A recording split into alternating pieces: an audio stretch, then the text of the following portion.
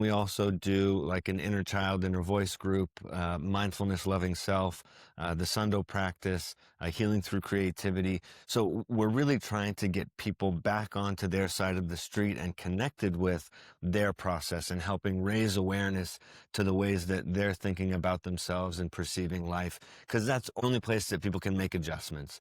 We can't control people, places, and things as much as we might want Hmm. to. We can't read other people's minds as much as we might think that we can.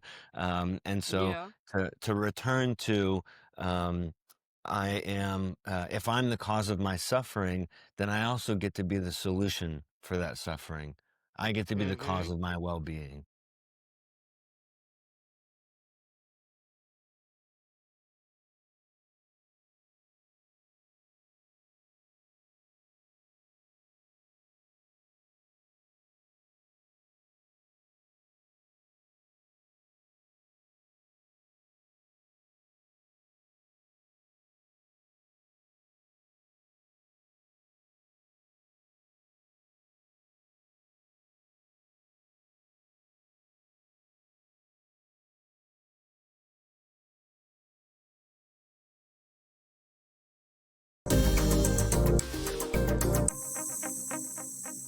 Emotionally unavailable. All right. I'm particularly excited to talk to you guys for one, because of your work, but also I don't meet like men in partnership that much. And Mm. also, it's been such a pleasant surprise to meet men who have done the work. And Oh, so like, but I don't get that many men in general. So I no. just I'm just so excited to meet you guys. So thank you for Mm. being on today. Yeah. If it's okay, I've already like thought of my first question that I really like to ask, which is how did you meet? Mm. How did we meet? Oh yeah. Yes. Yeah. So it's funny, the stars aligned in such a way where, Greg was spending time in places where I was spending time, and he was either there before me or after me. And so, he grew up in Texas. I was born in Texas, and then I was living in Maryland while he was in Philly, and I was on Long Island, and he was in New York and in that area, and then, out here. So, but anyway, to maybe answer your question, we met in, I guess it's maybe 2017 in, Mhm. working together at an outpatient program. So we were He was working for my someone boss. else. Yeah. That's right. Yeah.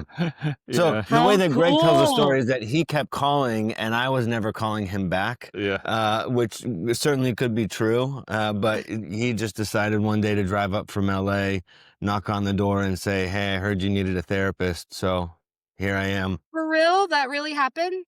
Yeah, it really happened. I had sent out a lot of resumes. I was excited. I didn't know why, but I knew for some reason I was moving up to San Jose. I hadn't spent any time here. Decided to come up for like Equinox festival and check out the territory. And I thought all of these people I'm applying to aren't responding. I'm just going to go and visit them. And I was in the hotel on Saturday night, and I ended up getting an email Mm. unexpectedly that night from the owner of the company that Mike was working for. And he said, "How about we set up a phone interview next week?" And I said, "I'm in town. How about I stop by Monday morning?" And I love it. yeah, and then Wow, that really was meant to be. yes, it was. Yeah. Yeah. That's so cool. I love that. And you guys are just besties?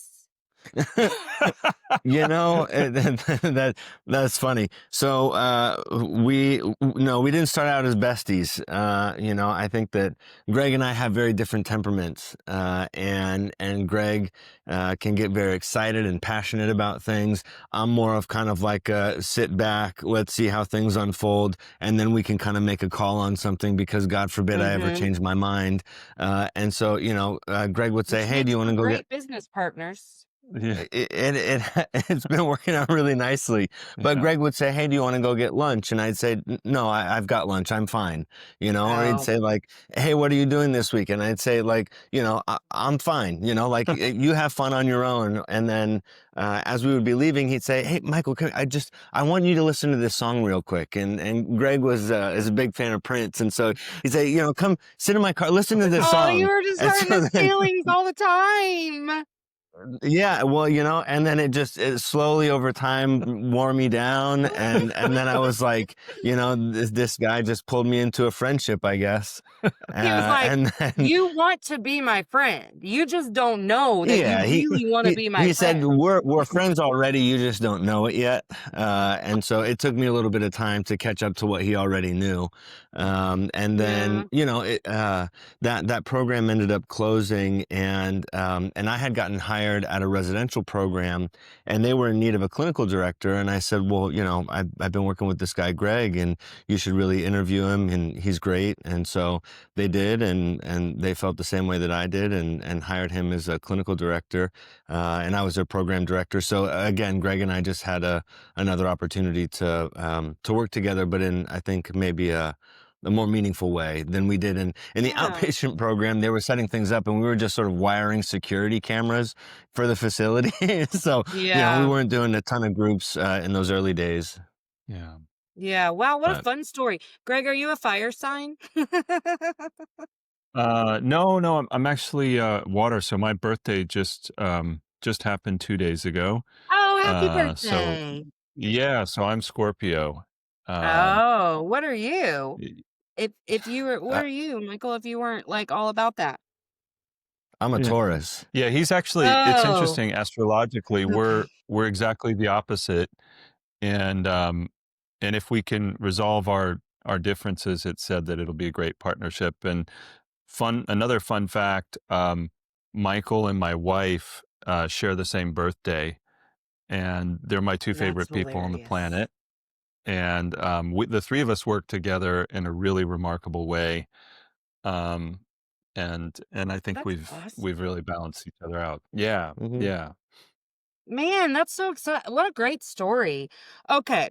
My next question that I thought of, because what I always do is I just kind of read the profile again before I start this, just to see what comes up. And I don't care what the answer to this question is, but I think you're probably used to being asked this. Do either of you have addiction in your history? Oh, yeah. Mm. Yeah, yeah, yeah. Yes, I definitely do. In Yeah, your own, and like, I were can you go. an addict or like were your Yeah, parents or so what? yeah, so I'm an addict in recovery. I got clean August 8th, 2007, but it had been kind of a long road leading up to that. But I think that as far as people in recovery go, I was fortunate that I was able to get to a place that really provided what I needed in terms of accountability and calling me out and care and support when I was 23. I Yeah. think in the first time I went to treatment, I was 20. And so hearing people say it's so great you're getting it when you're this young, to me just sounded like, why are you here right now? Come back in 20 years and deal with it then. But Yeah. No, it turned I out can to be relate. absolutely true. It really has been a blessing to be able to have 18 years in recovery. But yes, I use anything and everything under the sun. Yeah. Yeah, Okay. and my history's a little different. I often joke that I didn't need drugs to screw up my life, so I wasn't I never felt compelled to seek out substances. I think I'm what would classically be called, like, in the rooms, a normie. So if I have a drink at a social setting, that's fine, but I'm not, like, eager to get one, and then I might not have one for another couple of months. But then, I did nonetheless, I very much identify as an addict still. In fact, years ago, I think, like, around 2000, I started reading, David Hawkins' Power versus Force, and he was a recovering alcoholic, and he was talking about the power of the spiritual movement in the rooms. And so I just started going into, like, AA rooms. At the time, I didn't know that there was, like, emotional sobriety groups. Yes, And yeah. so I I would go in there and I would hear the shares, and I could really identify with them even though I wasn't drinking or using. I Mhm. felt like I had the same struggles or defects or challenges that other people were wrestling with. I just didn't know how to put a name on it at that point. And I think when I was really fortunate when I went to school, and did my internship as a therapist a number of years ago. That program was all recovery based, like the educational model that they were working with was recovery based, and they would they would encourage you to go to each of the 12-step groups. And so I found myself in a lot of the rooms really connecting. So it was like ACA became my home group, but I spent a lot of time in Coda, and I also really connected with like the sex and love addiction work, Mhm. and even uh, let's see, OA. I kind of I think a lot of the emotional challenges that I had, I would tend to like eat sweets or things that would kind of be numbing for me as a way Mhm. of avoiding that pain. But I didn't know what that really was until I think kind of mid-30s when I got into the rooms. Um, Yeah. That makes perfect sense to me. And I guess let me clarify what I meant by I don't care what the answer is I don't think that you have to have addiction in your own personal history to be great at uh, providing services to addicts is what I meant, just to clarify. mhm, But mm, Yeah. I I asked because like I love your answer too because I always kinda say, like, I'm addicted to life and not necessarily in the, like, yeah. I'm high on life way. I mean, like, if one is good, 100's better, and, like, if I'm happy, how can I get to the next level of happy? Like, I'm constantly having to watch myself and be like, Yeah. "Sister, what are we doing? That's not good." But, like, Mhm, I grew up in AA, NA rooms because my parents were mhm, addicts. My dad didn't, like, go to mhm, treatment, but my mom fought the good fight, and so I went to a lot of she did more AA meetings than anything, but, I went to a lot of those, and then at some point in my history when I was trying to figure out why I was such a psycho, I came across some, like, emotional addiction book, and mhm, really considered seeking out, like, Emotional Anonymous or whatever, because I was like, "Oh, mhm. dang, yeah, this really resonates with me." But, of course, I was like, "Oh, sure, another day. Let me just go read this other book really quick." And so that's been my history, and then as I've, like, really healed, I really saw well, I'm just constantly seeking dopamine in some form or another, and I've had to learn how to manage Uh, chemical lows. That's really like uh, all my mhm, self-sabotage has come in a moment of chemical low and the narrative that uh, came with that, which if it registered as boredom, and the narrative behind it that I did not hear for a long time very clearly was like, well, you're bored because nobody wants to be around you because you're not nice or you're not mhm, whatever. It was just a bunch of um, shit talk. So that's where I started to understand why I had behaved. But in terms of like, I mean, I've been addicted to nicotine since I was 18. So there's that. Like I mhm. quit. I used to be a 3 pack a day smoker and then switched to vaping like 2011. Still doing that. So, I may be looking into some of your practices. Okay, so then my next question. You borrow from the 12 step. I wonder what your Um, feelings on, the 12 steps in general are in terms of, maybe the program itself, just because 'cause I'm hearing a lot um, of differing opinions these days, so I was just curious what yours are. uh-huh. Yeah. I'm curious about the differing opinions. It's interesting. If I think back when I first got sober, it was like you go to AA or NA, and if drugs were your problem, go to NA, and if alcohol is your problem, go to AA, and then I even though my primary drug of choice was opioids, I connected with a particular AA community that was in my area. There were meetings all the time, and so it felt like. As long as I'm working this program and showing up in this community, then I'm doing the work on my recovery that I'm being asked to do, whether I'm in AA or NA. But then, in starting to work in treatment and going back and becoming a counselor, there started to become more offerings. There was like rational recovery and smart recovery and refuge recovery, and there were all these other alternative support groups to 12 steps because people were saying, I don't like 12 steps. It feels like a cult, or I don't buy into this God thing, or, they want you to find a higher power. And so there was a lot of resistance to 12 steps, I think, because of maybe the Judeo-Christian influences on the 12 steps formation. So people were looking for Mhm. alternatives. And then within the last 5 years or so, I've seen so many more people really go back into a pursuit of spiritual connection. And so, in saying that we borrow from the 12 steps, there are a lot of principles and values from 12 steps that we incorporate in the work that we do.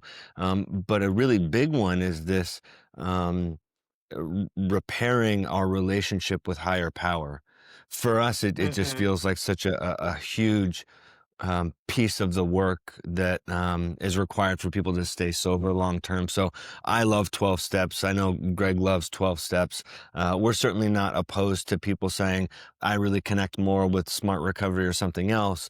But typically, what it looks like is, I don't want to do 12 steps. So I'm going to say I'd rather do something else, but I don't even follow through with the something else that I say that I'll do. Mm. Yeah.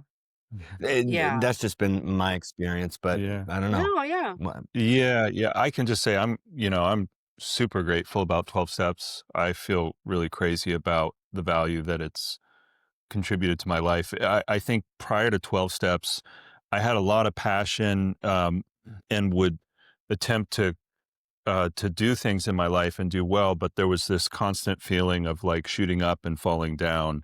There was no Mhm. levelness or steadiness to my life, and I until I really understood that core wound of shame and looked at the ACA Mhm. literature and did that work, my life was really like a roller coaster. And I was a big spiritual seeker, and I wasn't just a seeker. I was somebody who was like radically committed to reading text and doing the Course in Miracles and doing this and doing that and doing practices.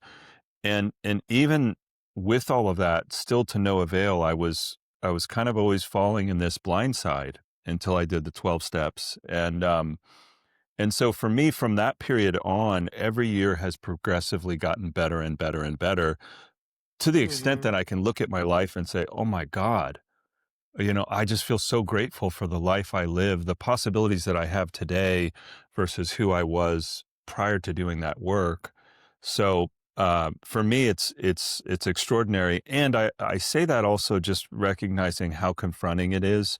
And so there's an element in the 12 step work that is not in like Smart Recovery or some of these other programs, where you're really challenged with your character and there's that mentoring relationship.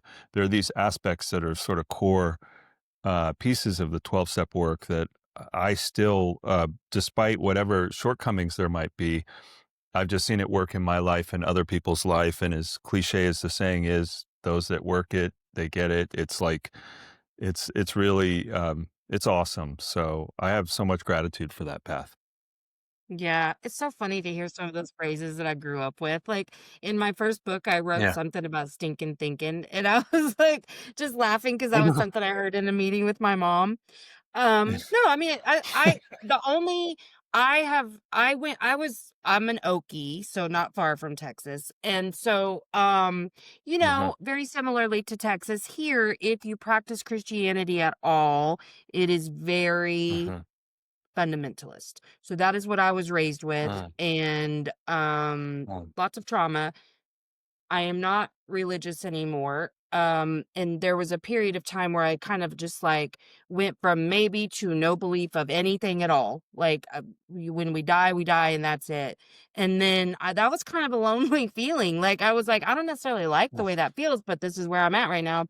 And then, for me, I'm really spiritual, but it started with like a love of astrology and getting really into that and feeling like, okay, if I can believe in a blueprint, there's got to be something more. So just mm, kind of like working through that mhm. and the next That's steps cool. and whatever.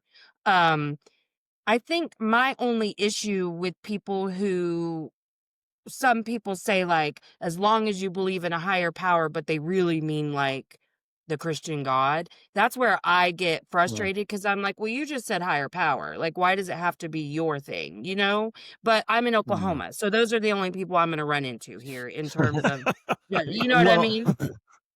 Yeah. Sure. And I also, I think that having been in the rooms for so long, people will say your higher power can be a doorknob, or God could just stand for good orderly direction or a group of drunks, and what I will say is that in the exploration of my relationship with higher power, I am doing some some very intense work on my relationship with authority. And so that goes back to my relationship with primary caregivers, and when I Mhm. can hold on to this feeling of like resentment and anger, and I'm going to do it my way and people can't tell me what to do, and I stay oppositional, it keeps that heart space really closed down and unavailable to the healing that's possible for me. My sponsor, I would ask my sponsor, why do I have to do this? He'd say, I want you to do writing on, how your life was unmanageable in these ways. And I'd say, well, why? And he'd say, it doesn't matter why. I want you to do this assignment. And then I was asking so many questions, wanting to understand the rationale for something, that eventually said, Mike, look, all of these steps, okay, these 12 steps, just think of them as 12 exercises in humility. Okay, that's what you need to work on. You don't need to know why. You don't need to have all the answers. You just need to accept what I'm asking you to do as an exercise in humility. And when I did that, my life opened up in a really radical way. Yeah, You yeah, know, I could see that.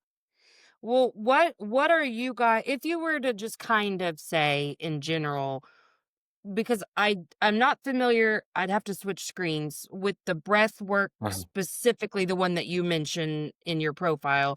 But kind of like tell me how y'all's program works. Yeah. Yeah. Okay. Yeah. Well, there isn't a lot of explicit material that's 12-step orientated in the program. We certainly encourage people to seek that out in addition to the program. And one of the things that's awesome, a lot of people who are really not inclined towards 12 steps and don't want to do any of that work, they find us. And then by virtue of doing work with us and seeing the value of the work, it imparts some sense of trust to them that they eventually go into the rooms. So I think if we were leading with 12 step, we would probably not get to work with a number of people um, Yeah. who need our work. mhm. But so our program, one of the things, there's a number of things that are probably key distinguishers in our program, but one of the first ones is just the embodiment work, the breath work that we do. And so that's a Korean Taoist practice. And there's some elements in it that are akin to like yoga and Tai Chi and martial arts, but it's really its own thing. And it's called Kuksundo. It's from Korea. And the primary thing, though, that I think really sort of undergirds a lot of the work that we're doing is there's this lower diaphragmatic breathing Mm. that we practice in a regular setting. You're getting, warm ups and cool downs, but at least 30 minutes of this diaphragmatic breathing. And what that does is it starts to train my nervous system to move into the parasympathetic branch, which is like the relax, rest, digest, Mhm. all of those sort of feelings of well-being and calm can be cultivated in that space. And if we do that breathing in a steady enough fashion, meaning the song that we have, there's a 5-second count where you inhale for 5 and exhale for 5 in the beginning stages. So that repetitive lower diaphragmatic breathing starts to facilitate the creation of serotonin. And so Mm. serotonin is like the sense of well-being, but it's also pause. So like I can see the long view rather than just being impulsive and going with the Yeah. thing that feels like I want to get it right now. I can start to have more of a spacious view, make choices that are more aligned with my greater sense of well-being, but also just feel really well. And when I can learn that I have access to that technology independent of circumstances, meaning my life could Mhm. completely be in the dumps. My relationships could be off. I maybe have bills that I can't pay, whatever, all the stressors, the things that are part of life, or maybe I'm coming out of a drug addiction or a serious mental health challenge. But once I figure out oh my God, this answer's inside of me and I Mhm. can create it every day, any moment. Well, that's incredibly empowering. And so that's one really significant part of our program. And what we've found is it's a really wonderful foundation for somebody to then go on and do um, deeper emotional work because now I have a sense of safety within my body. I have a sense of well being, and I'm really anchored and centered. Typically, people are very much in their heads, they're future Mhm. tripping and so forth and so on. This helps me become very present. It facilitates my awareness, but also centered because I'm directing my attention and my mind to my lower abdomen as I'm doing this breathing. So Yeah. that's just kind of a foundational piece of the program. And our team practices it. So, when we took on the moniker Embodied Recovery, it wasn't just a name. We're really, to the best of our ability, we're seeking to embody and practice all of the practice that we do. And then in addition to that, we have an outstanding curriculum, but that's just kind of the foundational piece of our work. And part of the reason why we incorporated the Sundo practice was because we had had these experiences in working in treatment where it felt maybe a bit disjointed at times where you'd be scheduled to do different groups and they'd say you can run the group on whatever you want, and so it was a lot of like the development of different skills, which was helpful, and then maybe like a Brene Brown TED Talk, and then some worksheets, and we found that people had this concept of recovery that was kind of like. As long as I carry my recovery binder with me and pull out the right skill at the right time, I'll Right. be able to prevent something bad from happening. And we felt so strongly that recovery is something that needs to be practiced on a daily basis. Like I Mhm. need to be putting my recovery into practice, not so that I can ward off the difficulties of life, but so that I can move through them. And the Sundo practice is such a tremendous practice for me to stabilize from within, to Yeah. find a safe home base within myself, to not be getting so lost in regrets of the past or worries of the future, but to be able to meet life from a more centered place. And then from there, yes, we absolutely need to work through past traumas and difficulties and negative self-talk and the distortions through which I perceive life. But it's so hard to do those things if I don't have a solid enough foundation in which I can feel as though there's some safety within me. So the Sundo Yeah. practice has been a really core element of the programming for that reason. Yeah, I love that. First, I wanna admit that I'm a little embarrassed that I didn't realize that would facilitate serotonin release, but I kinda Mhm. learned things and then, like, on my own with some, like, thing, and then I find out, like, the science behind it later. Um, that's Ah, really cool. But yeah, I was curious about the emotional work. So I love that this is the starting point though, because for yeah. me, I'm thinking back to, even prior to a mental health crisis, I couldn't have emotional conversations at all because there was Yeah. zero safety. I had zero embodiment. Yeah. I was the floating head. I mean, I Yeah. may as well have been, a balloon Yeah. attached by a string, Mhm. and that was it, because that's all I did was live in my head and overthink and, catastrophize and all the Yeah. things.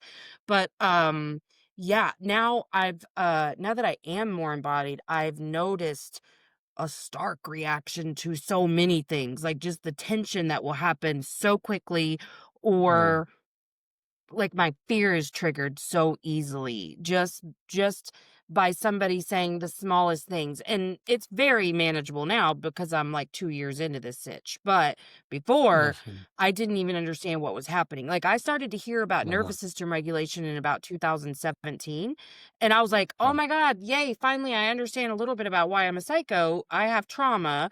And so, okay, great. I just need to regulate, but zero idea why I was so dysregulated, aside from the fact that I knew I have trauma, but, like, nothing. I knew nothing about my wounding, nothing about my, core narratives or beliefs or any of that stuff. Uh-huh. So, it sounds like that Uh-huh. is a wonderful place to start because you have to make that container. I mean, I'm that's my focus all the time is expanding the container of safety because I recognize Um, I'm still so afraid of so many things.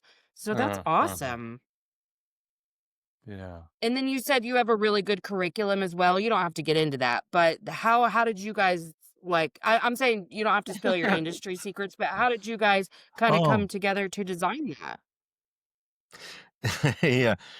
So, when Greg and I were working together in residential treatment, Greg was running the family program there. And so every Saturday, the families would come to the house where the clients were staying. And then he would run a group for like, 4 or 5 hours with the clients and their families in the same space. And so, we were talking about like, what it is that you're going to be teaching and these different concepts and so there's so much wisdom that's out there and in some ways it feels like a wild goose chase to like find the right resource that connects with me. And so we started down this path of creating 12 core teachings of our Empowered Living teaching series that cover topics like boundaries, codependence, the disease of the lost sense of self, habits, decision making,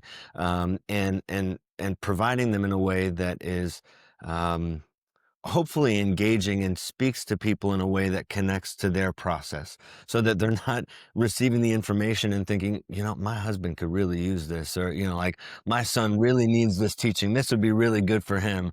Right. Yes. Yes. Yeah, but to find themselves. And so, we have that core curriculum, but then we also do like an inner child, inner voice group, mindfulness, loving self, the Sundo practice, healing through creativity. So we're really trying to get people back onto their side of the street and connected with their process and helping raise awareness to the ways that they're thinking about themselves and perceiving life. Because that's the only place that people can make adjustments.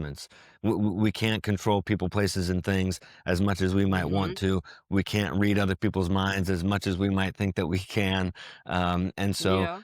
to return to um, if I'm the cause of my suffering, then I also get to be the solution for that suffering. I get to be the cause Mhm. of my well-being. So that's what Yeah. the curriculum is designed to get people back into an experience of. I love that. I mean, Yeah. I can't think of a single person on this planet that wouldn't benefit from that because I mean, we know that addiction doesn't exist in a vacuum. And that it does like, most people who become addicted to anything didn't come from a place that was super healthy, I think, in my experience. Uh-huh. Um, so I love that, like, are you still doing family work in the Sure. work that you do now, like, working with the family systems? Yeah, yeah. We haven't, so when COVID began, of course, at that time it was more about surviving and keeping the program going, and we couldn't have Mhm. large groups in a room. But we do what we do more now. So in those old days, I would have like 6 families all together, and that was quite a ride. It was a lot of fun Yeah. those Saturday afternoons.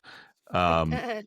but what we do more often now is Mike and I will work with the families of the clients individually, and then occasionally we'll bring everybody together and do like a large family group. And then something else that we do, we offer one of the core teachings, the Empowered Living teaching series, open to the public once a month, and the families come to that.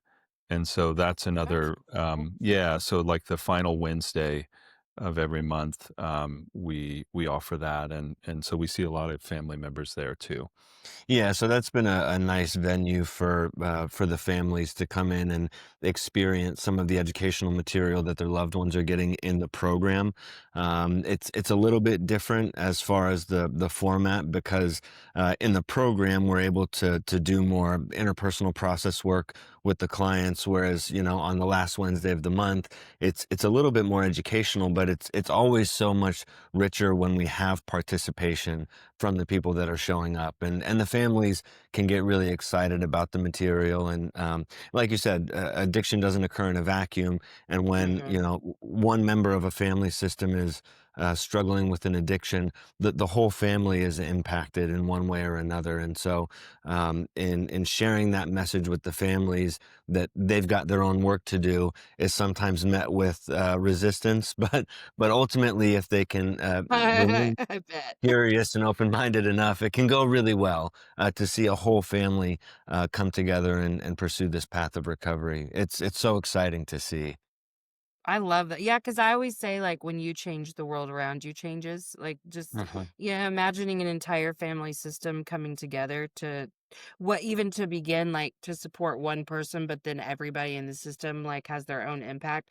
That's so beautiful. Because I don't take juvenile clients very often because it's the most fucking awkward interactions ever because I do virtual and they'll be like, I mean, yeah, and it's just not my thing. But I did agree to take one day. Someone reached out and I was like, "Okay, but we'll give it a trial run." Um, but I said, "But like usually when we're treating a kid, we're treating a system. So I'm Mhm. gonna invite you to do this work too." And it wasn't well received. It was Yeah. not well Oh, yeah, received. yeah. Like, well, I'm not really the problem. They've got this, and da da da. And I was like, yeah. Even still, I'm gonna invite you to do this work too, because that's Yeah, how this so if you want me to be the therapist, this is what we're doing. Yeah. yeah. Well, and family members can rightfully have so much resentment and upset towards their loved one that's destroying their life with substance use, let's Right. say, that to be encouraged to get into their own work is like, what do you mean? Do you not see what they're doing? Yeah. Obviously they're the problem. Yeah. Right. Or even I wouldn't be acting like this if I didn't have a family member who's Yeah, doing all right. this. Yeah, yeah. Well, that now you're taking it a step further, but I think usually what we find is, everybody's invested in their own addictive process, and it looks different in some of the family members than the others, but once we get everybody into the room, there's a lot of pain and there's a lot of avoidance, and, you know, you can see that they're usually in a session or 2, you can see the conversations that need to happen that aren't happening, and, Mhm.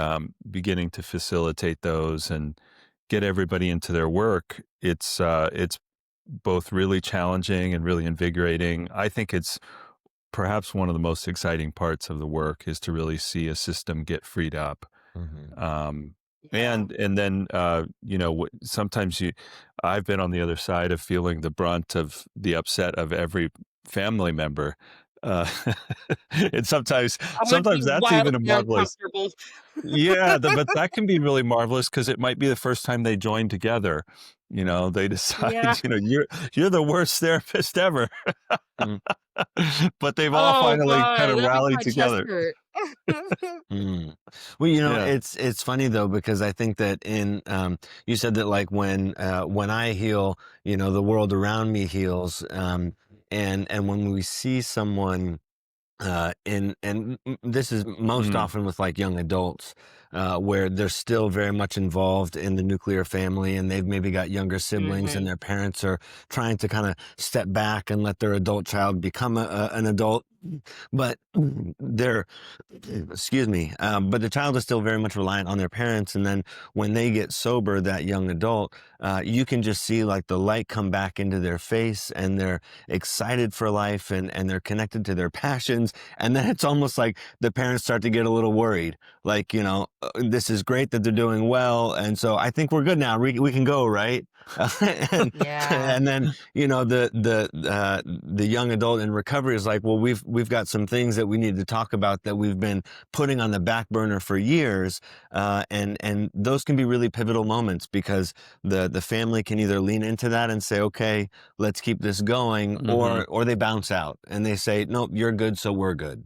And then they kind of go back, and the hope is just that that young adult is able to continue on their path and find their way. But when the whole system buys in, it's really exciting. Yeah. Yeah. Well, and as a child of addict parents, and I have a brother who he was I don't even know if I would call him an addict, I don't know, but he had a psychotic break at 19 and has been Uh, schizophrenic since then. So, oh, wow. from like overuse of meth. But between and my parents didn't make it. So neither of them made it to 40. My dad died of morphine Oh, overdose wow. when I was 15, and my Oh, mom died of oh, wow. complications related to hep C and cirrhosis when I was 22. Oh, So wow. Wow. I heard words like codependent a lot. Mhm. Very little understanding of how that showed up in my life Uh, until recently. uh-huh. Like, I've told a story a couple times in the last couple weeks, so I won't tell that story again, but, like, Oh. I hate it hurts me so bad when my kids are stressed about something, or like, Uh-huh. they're just going through life struggle and I can't rescue them. It Uh-huh. hurts so bad. The smallest, it's so stupid, but I'm like, disappointment. Oh my God, that's so sad. Let me rescue from that. And I did used to a lot.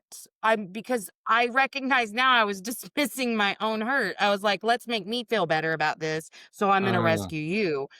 It's yeah, only yeah. in the last, like, 5 months that I'm, like, really recognizing, or at least willing to confront, I'll say. I've recognized it for Yeah. a little bit, but at first I was like, "Well, we're not being psycho anymore, so at least we did that." But, like, I'm really ready to confront because I'm on my own spiritual journey, and I know that's a part of their evolution is, and I'm robbing them from that if I don't Oh, yeah. stop trying to rescue, and a host of other, complications if you don't let your children make mistakes and suffer the consequences of them.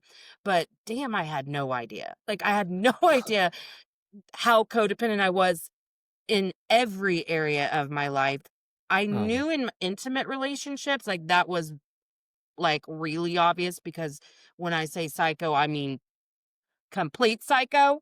Jealous, insecure, all of the things, needing constant affirmation, validation, reassurance. I mean, psycho, but I just didn't see it with my kids because I was just trying so hard to be what I didn't get. And uh-huh. so Uh-huh. when you got, like, literally just absolute shit in your caregiver world, it's hard to know, like, what to choose from and whatever, and I had no understanding of, like, the stuff I know now. So, I love that you're addressing all of those things because, damn it, it's hard not to rescue your kids. Well, and and as a parent, it can seem so reasonable that, it's my job to take care of them, and you know Mhm. and of course I want them to be safe and well adjusted and not have to deal with these difficulties. But when we can really land in a place of solid recovery, I can also I can take care of myself and set limits and be firm, while still Mhm. being so loving. That setting limits and allowing my children to have these experiences without taking it away from them can be Right. experienced as the most loving thing that I can do for them. It doesn't mean that I just go off scene and say, "Sucks for you," let me know how it goes. But Yeah, but sucks I to suck. yeah, but I don't have to take away their struggle, and I can acknowledge that, man, that just sounds really hard. It sounds like that was really painful or frustrating, and be a healthy mirror for their experience. Because as a father of three myself, my kids can certainly go to some dramatic places when the when the issue is really little, and helping them to see that too isn't saying like, calm down. What are you getting so worked up about? It's Yeah, like, wow, I'm yeah, noticing that you're really upset about this.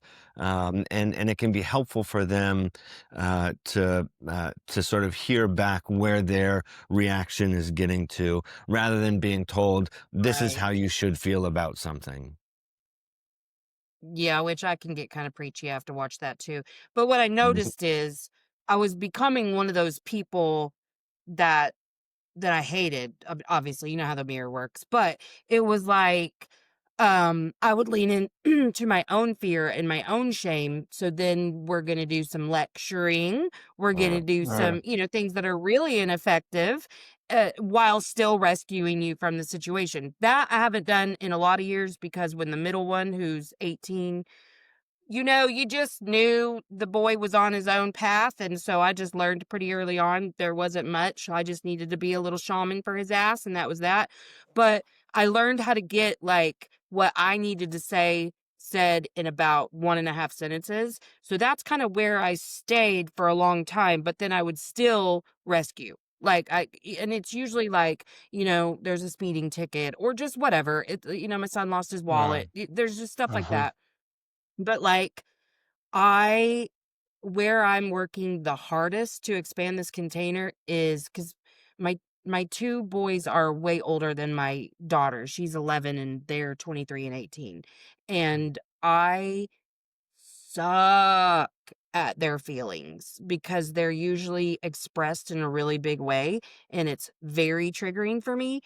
Noises Oh, get me, but also just the whole experience. And so I'm like working on that part where you really can sit with them and be like, God, that really sucks, Because that's the part that what was triggered before was the I'm not enough narrative. I didn't think that I could sit there. And I mean, I just confirmed that narrative over and over. But that's the part I'm really, really working on, is just to be able for it to rip me wide open to see them be hurt and still sit there and let them be hurt and whatever they need from me in that moment. I mean, the 11-year-old, she's just got super big feelings and it's always dramatic. And I'm like, oh my God, just a little quieter, please. But the boys, they're different. And I just want everyone to be happy. So y'all are coming in my bubble and fucking with it. So can we just chill? Like, I'm like, damn it, I was having the best day ever and you're having the worst day. And now I have to figure out how to continue to have the best day, even though you're having the worst day. That is so hard for me. The first oh, time I no. was like, oh, there's the codependence. Okay, we're letting his mood affect ours. Oh, shit. Okay, okay, No, okay. no. I've been working so hard on this. Uh, yeah. Damn It addict parents that got me. it's beautiful to hear your process. It's exciting. I think, a lot of people aren't really wrestling with these parts of themselves and struggling. Yeah. You know, And most it's people are pretty convinced that the way that they're handling it is the way that you should. yeah, yeah, it's beautiful to hear you kinda claiming that possibility in that space. Um, yeah, Thank you. That's so yeah. sweet. I'm trying, man. I'm trying. Again, it's all the spiritual journey for me. Like, just understanding.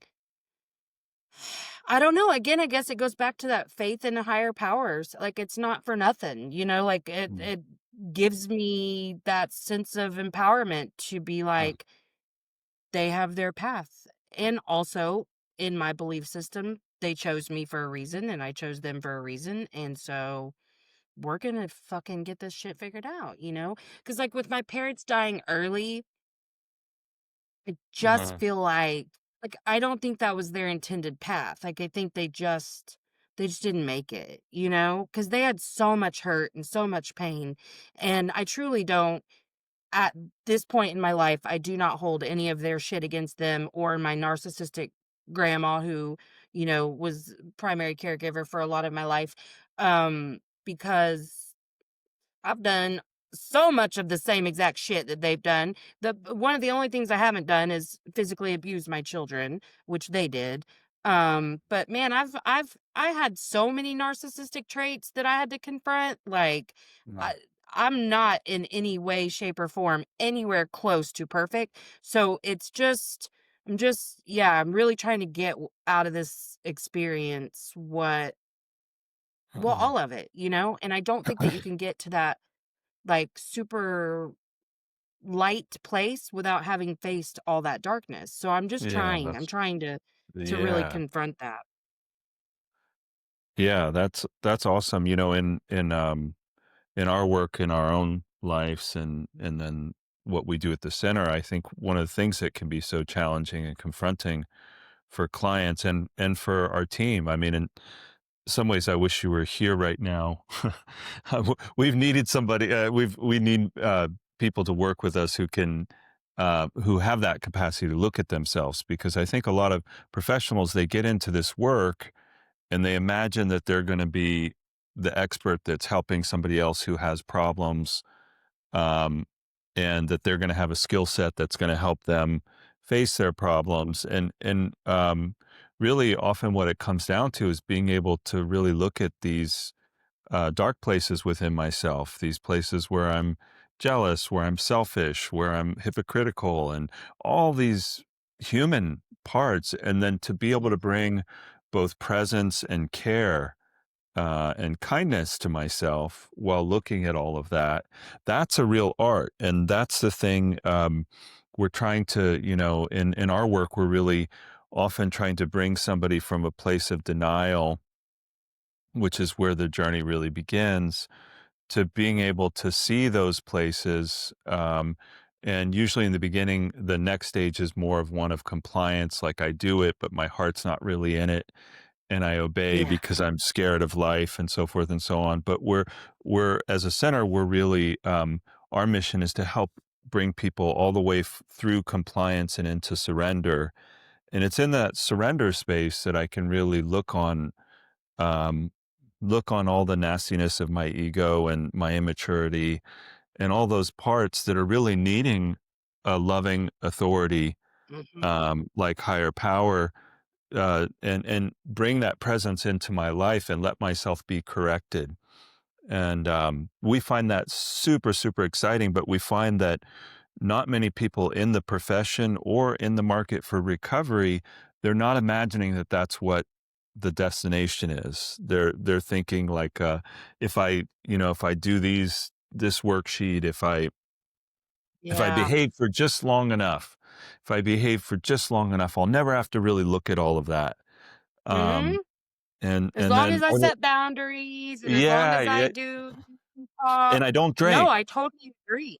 Yeah, Yeah. yeah, and I'm my what I've just kind of gotten brave enough to start saying in mental health communities, because 'cause I've Mhm, been speaking at, like, symposiums and stuff, mhm, is, "Guys, we're the problem too. We're the mhm, problem too." And mhm, so, if you want change in these communities and mhm, in society as a whole, it starts with you.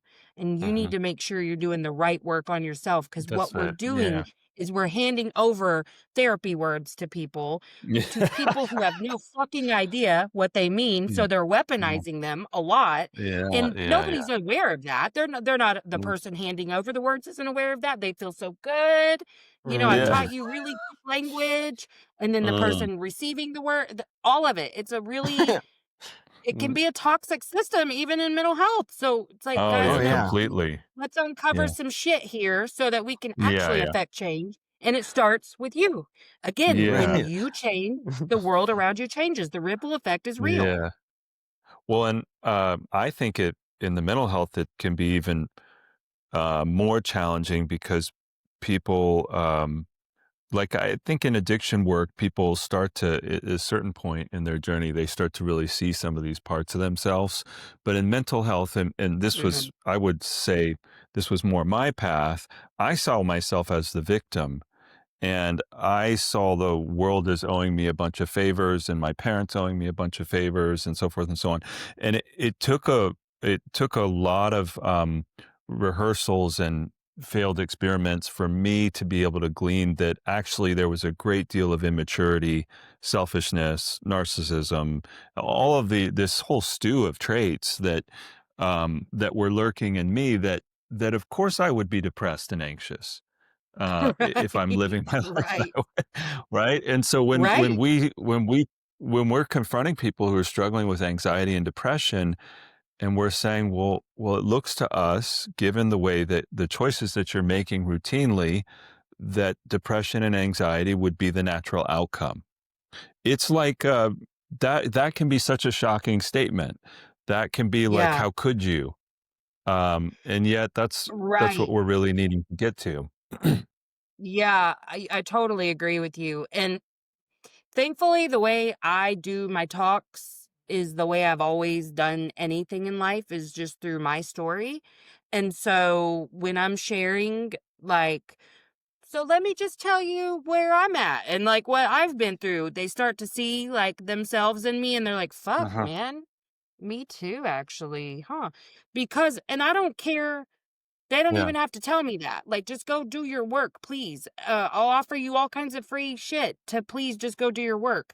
But for me, it really did start with that shame work. The Uh-huh. learning that I was covered in shame, had Uh, 0 idea how to love myself, even though I was the person. I was a real typical, licensed social worker, like, "You got to love yourself, guys, I love myself." But I did not because I didn't even know what that looked like. I had no idea what that looked like. So I'm like the blindest person in the room while professing the opposite. And when I learned, says, "You're the problem, actually. You're the center of every ounce of conflict in your life. Let's see why that is." uh, It was embarrassing.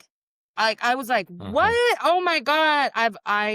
I've started to make amends with people because I'm like, I did that Yeah, yeah. because I didn't even realize I was pushing everyone away to, be right and to protect myself, all of these things.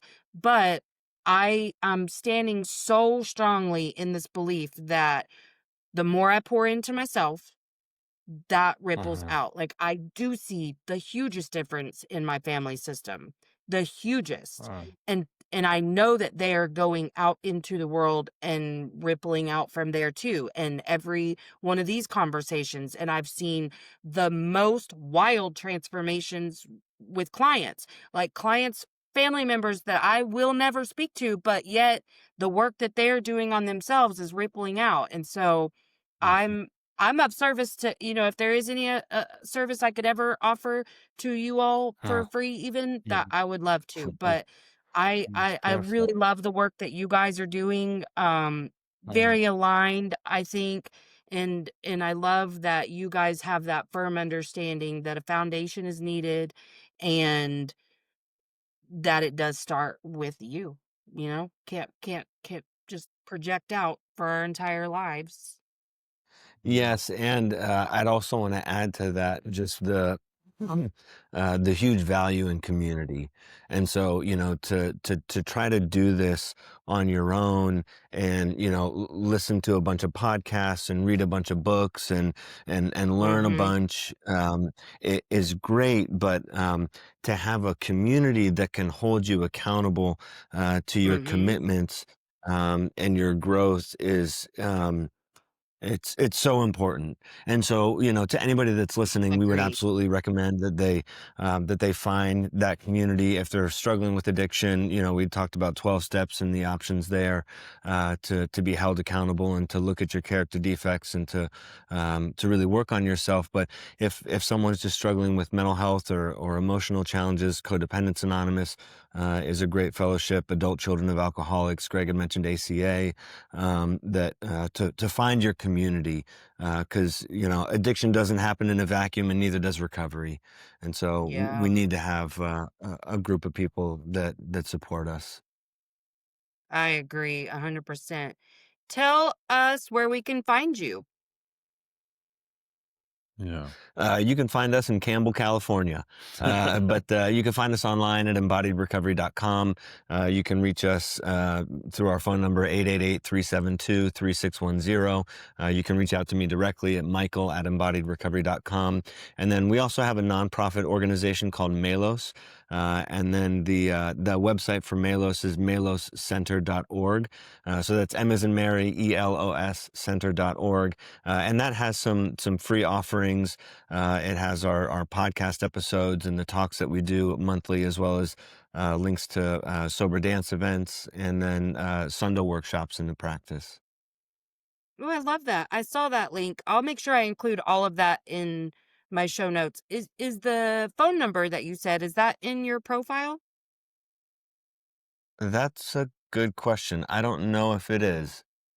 If you guys just wouldn't mind sending a message with that too, so that I Yeah. could make sure to Yeah. include that, because we're not going to be very far out from airing because I had so many no-shows over the last couple because people book so far in advance and then I don't know, their calendar quits working. Oh. So now Sure. I'm like I was like 6 weeks out from recording date to posting and now I'm literally like a week. So just sometime in the Yeah. next, Oh, few days if you wouldn't mind giving me the phone number too, because I'd love to be able to yeah, we'll include get that. it.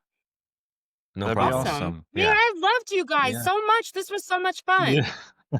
This was fun. Yeah, Yeah. yeah, we Thank you. loved working with you. This was really cool.